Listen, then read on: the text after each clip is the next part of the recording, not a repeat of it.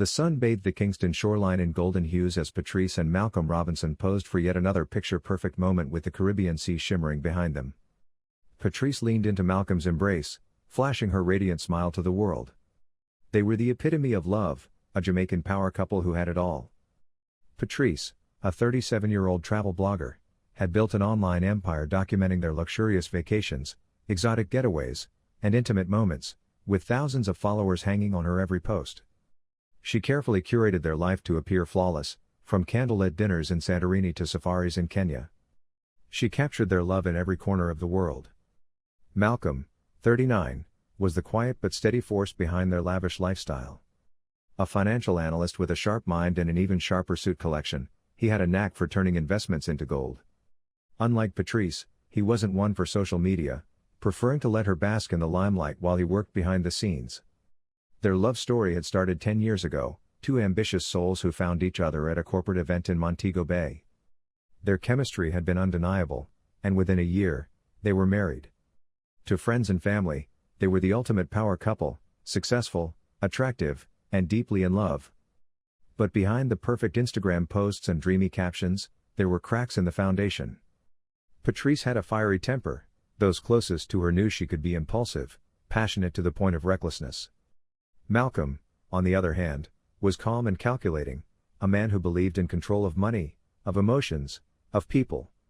Their arguments were legendary among their inner circle. Friends had witnessed the heated fights, the jealous accusations, the silent treatments that sometimes lasted for days. But they always made up, always posted a smiling photo afterward, always reassured the world that love was still alive. When Patrice announced their next adventure, a romantic getaway to Morocco, everyone admired her for yet another dream vacation. Her followers gushed, but she had no idea that this trip would be their last. The call to prayer echoed through the vibrant streets of Marrakesh as Patrice and Malcolm Robinson stepped out of their taxi and into the heart of the city. The air was thick with the scent of spices, cinnamon, cumin, saffron, mingling with the distant aroma of sizzling lamb from nearby food stalls. Patrice inhaled deeply, her excitement bubbling over as she pulled out her phone to record the moment. "Welcome to Marrakesh, guys. Our Moroccan adventure begins."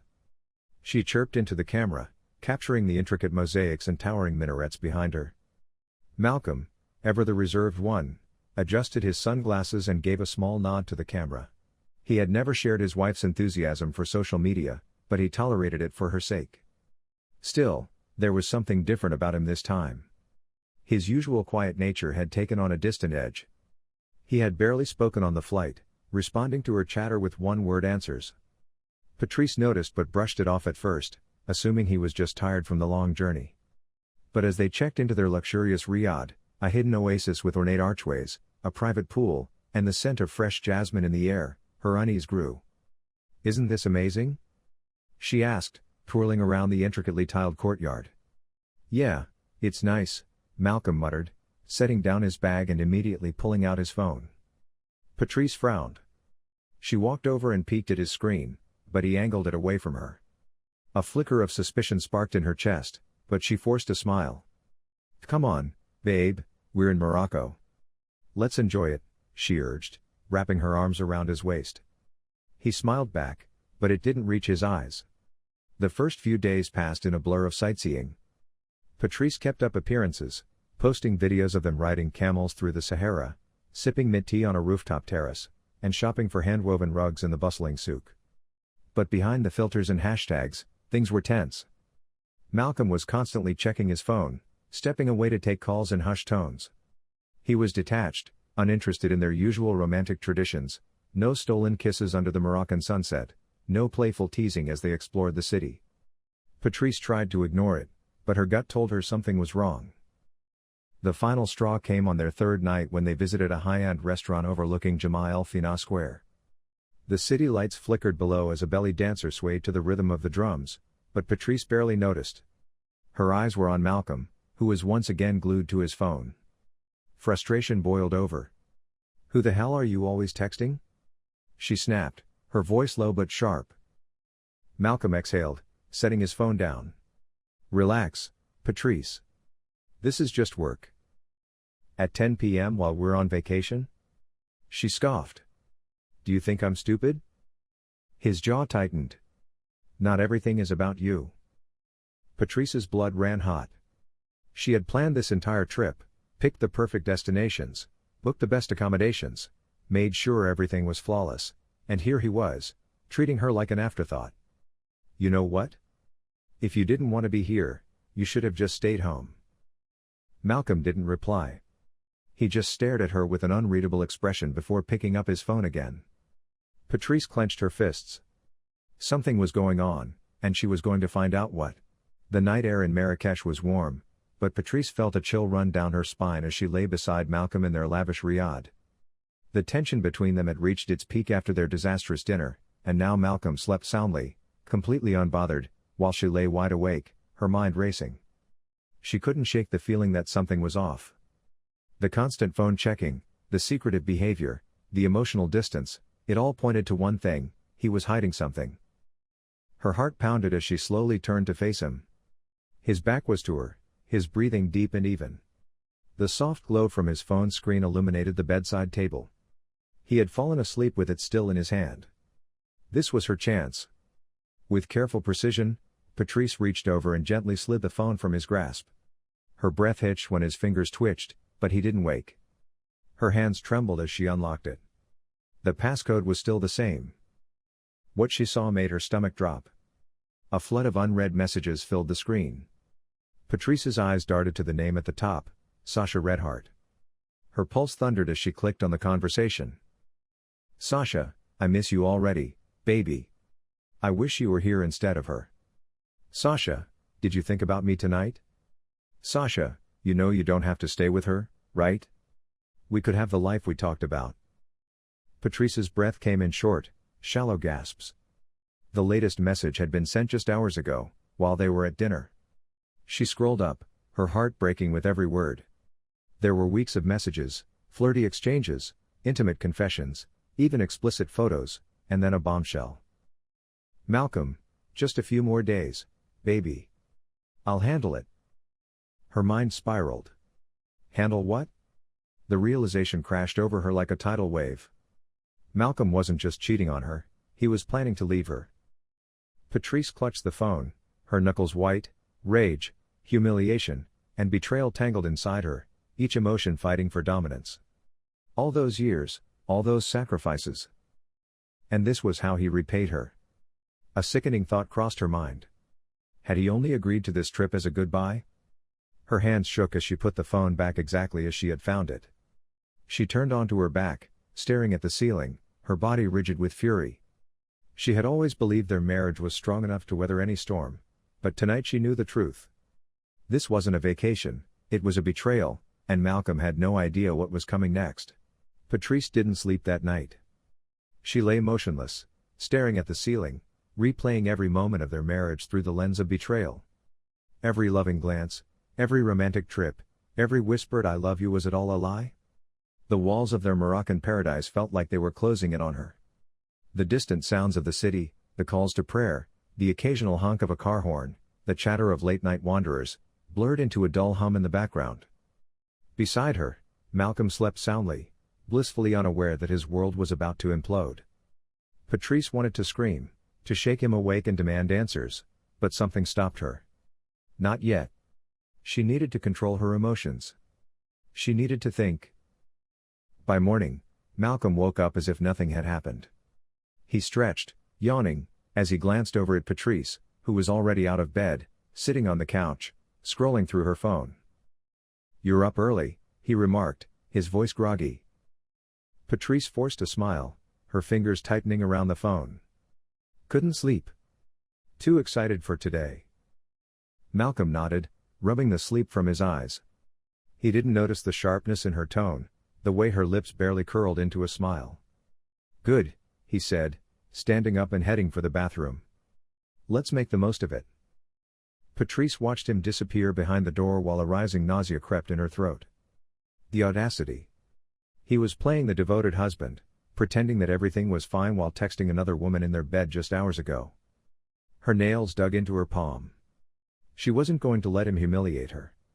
She was going to confront him, and it wasn't going to be pretty. Later that evening, as the sun began to set over Marrakesh, Malcolm suggested they visit a rooftop bar overlooking the Medina. Patrice agreed without hesitation. It was the perfect setting. The rooftop was breathtaking, bathed in golden light, with a panoramic view of the city. The warm glow of lanterns flickered around them as the sounds of Moroccan music drifted through the air. Malcolm sipped his cocktail, seemingly relaxed, while Patrice studied him, every movement, every flicker of his expression. Then she struck. "So how's Sasha?" The words landed like a slap. Malcolm froze, the glass halfway to his lips.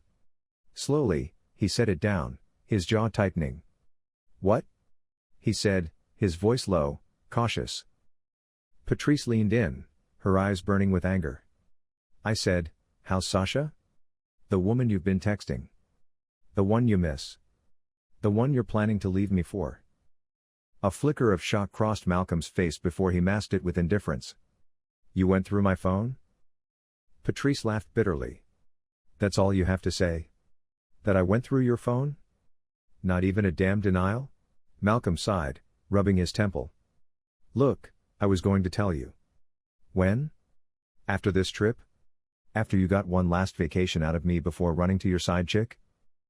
His silence confirmed everything. Patrice's hands trembled with rage. "I gave you everything, Malcolm. I made our life perfect, and you threw it away for some random woman." "She's not random," he said, his voice dangerously calm. "And maybe if you weren't so obsessed with appearances, you'd have seen that our marriage was already over." Patrice's vision blurred with fury. She let out a humorless laugh. "Oh, Malcolm. You have no idea what over really looks like." She stood up abruptly, knocking over her drink. The waiter turned his head, but she didn't care. Malcolm leaned back in his chair, unimpressed. "What are you going to do, Patrice? Cause a scene?" She stared at him, breathing heavily. "No. Not here. Not yet." Instead, she turned. And walked away. But Malcolm should have known a storm was coming, and he wouldn't survive it. The streets of Marrakesh were alive with the pulse of the city, street performers dazzling tourists, the scent of grilled meat and sweet pastries lingering in the air, the hum of voices blending into an intoxicating rhythm. But inside the walls of their private riad, there was only silence, a thick, suffocating silence that pressed down like a storm waiting to break. Patrice sat on the edge of the bed, her hands gripping her phone, her mind spiraling with the weight of Malcolm's betrayal. The confrontation at the rooftop bar had left her raw, seething with anger that no amount of deep breaths could calm. He wasn't sorry. He wasn't begging for forgiveness. He wasn't even pretending to love her anymore. Malcolm had checked out of their marriage long before this trip. She had been nothing more than a stopgap, a temporary placeholder while he set up his new life with Sasha. The name itself made Patrice's stomach churn. From the bathroom, she heard the water running as Malcolm showered, completely unbothered, like he hadn't just ripped their marriage apart. "He thinks this is over. He thinks he's already won." Patrice clenched her jaw. "Not yet." When Malcolm stepped out of the bathroom, towel wrapped around his waist, he barely spared her a glance. "I'm heading out," he said, grabbing his watch from the dresser. "I need some air." Patrice turned her head slowly, her face eerily calm. "Going to call Sasha?"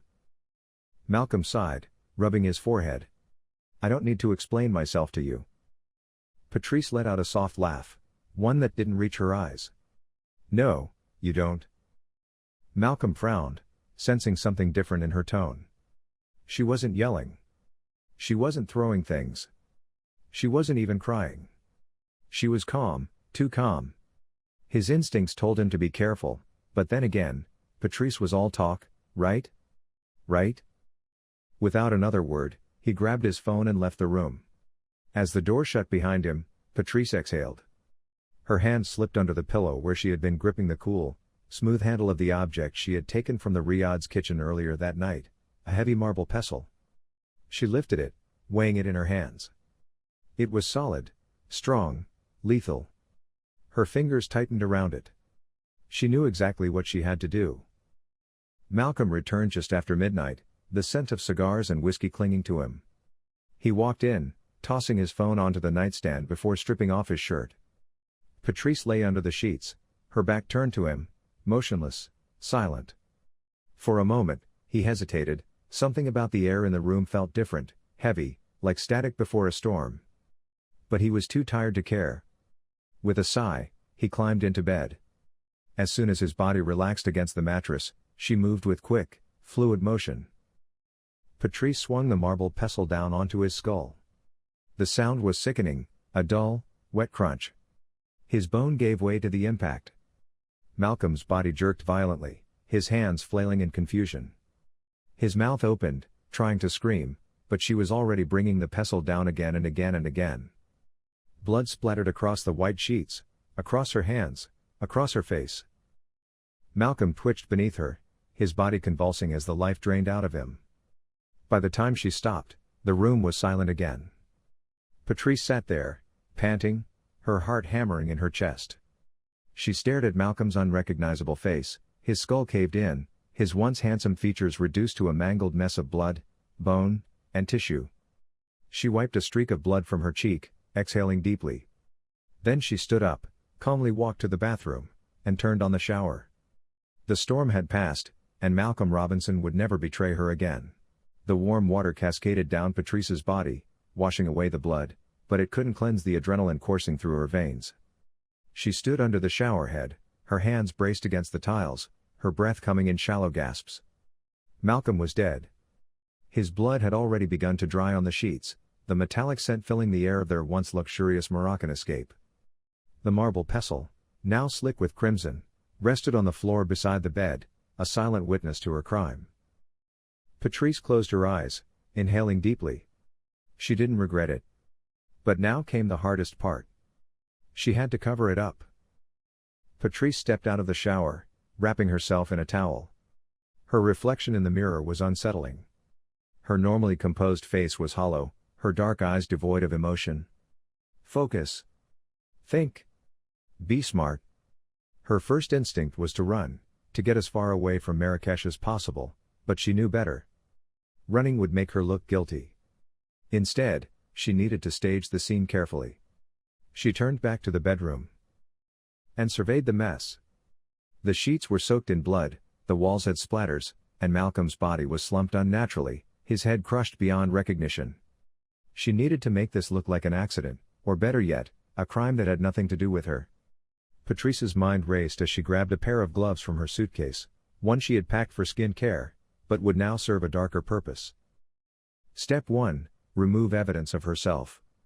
She wiped down the marble pestle with a damp towel, making sure there were no fingerprints, then she carefully positioned it on the floor near Malcolm's outstretched hand. If the police found it like this, they might assume a struggle had taken place. Step 2. Fake a robbery.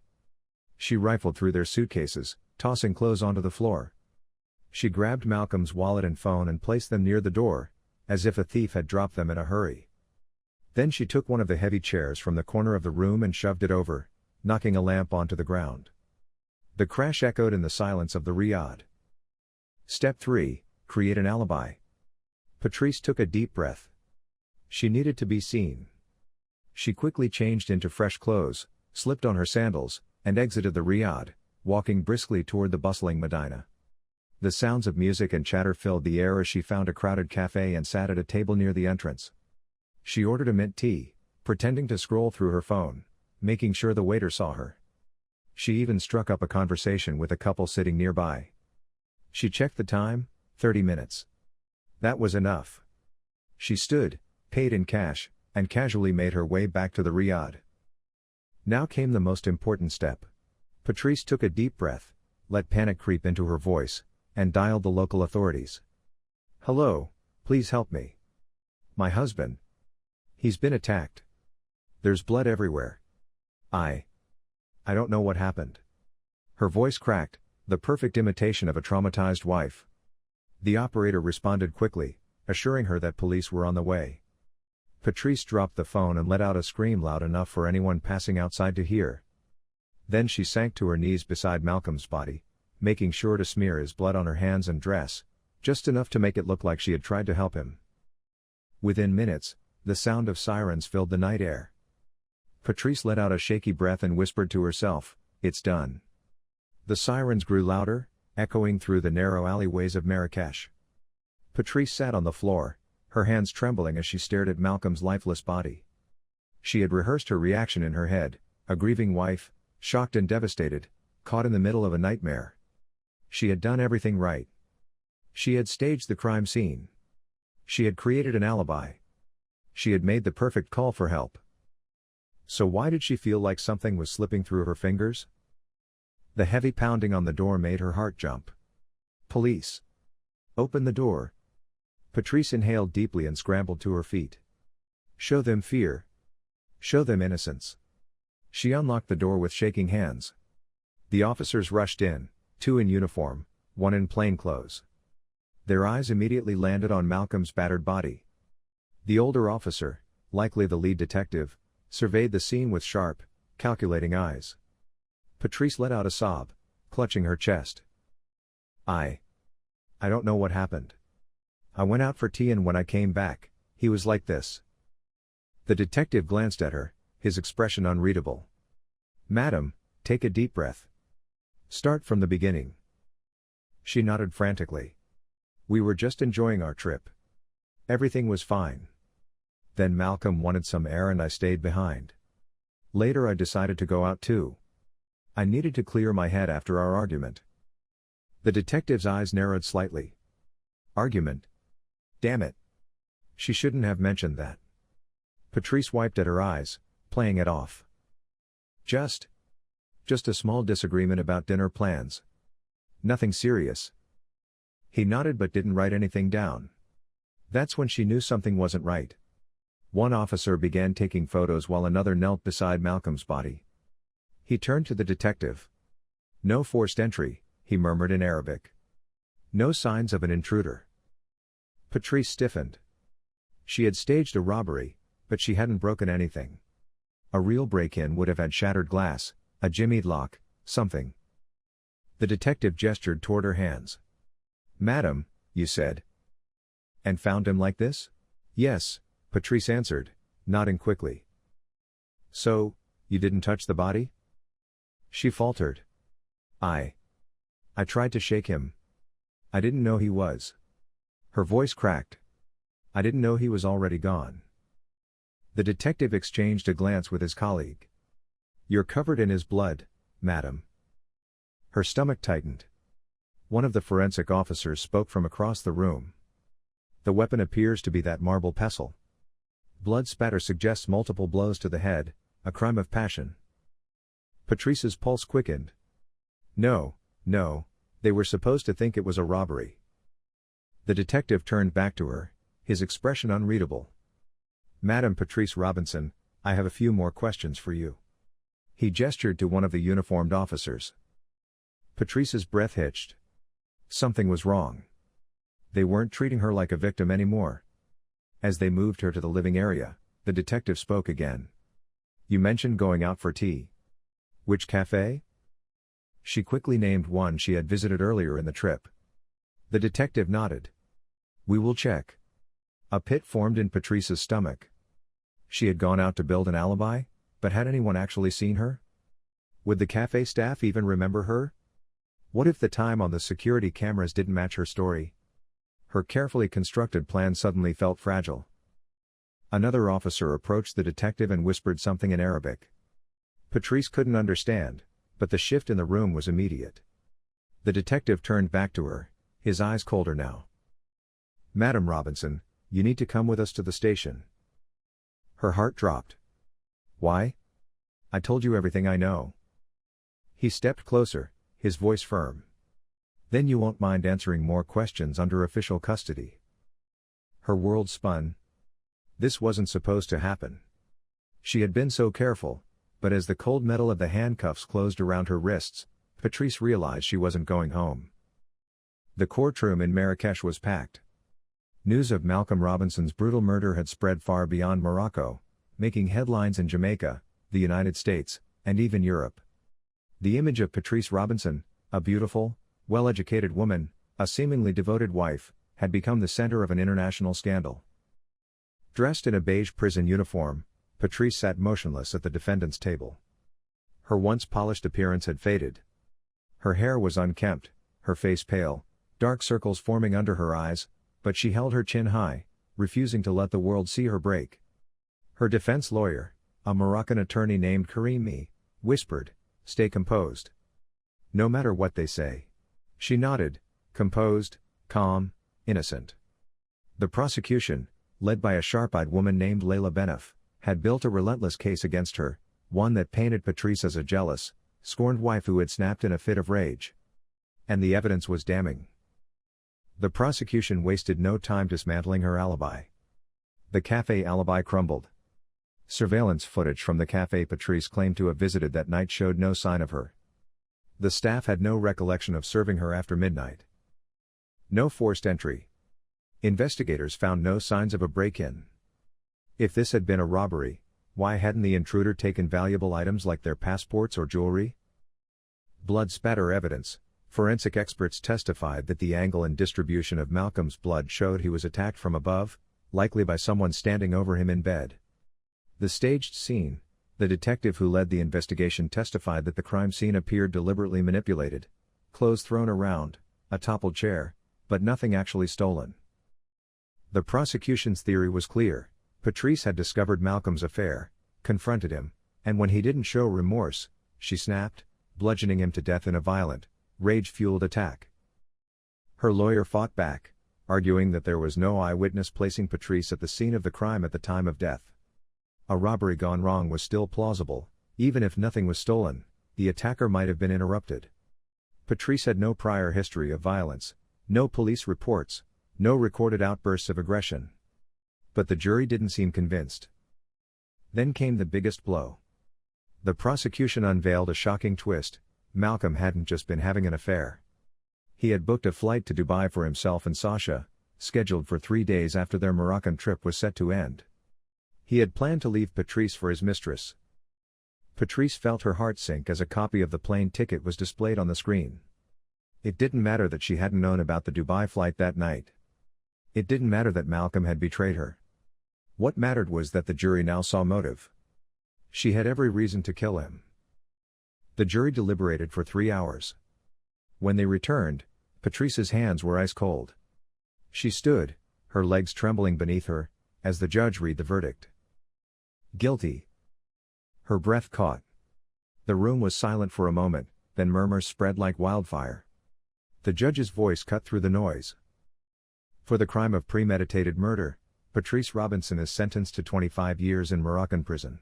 The weight of the sentence hit her like a freight train. Her knees nearly buckled as she was led out of the courtroom in handcuffs.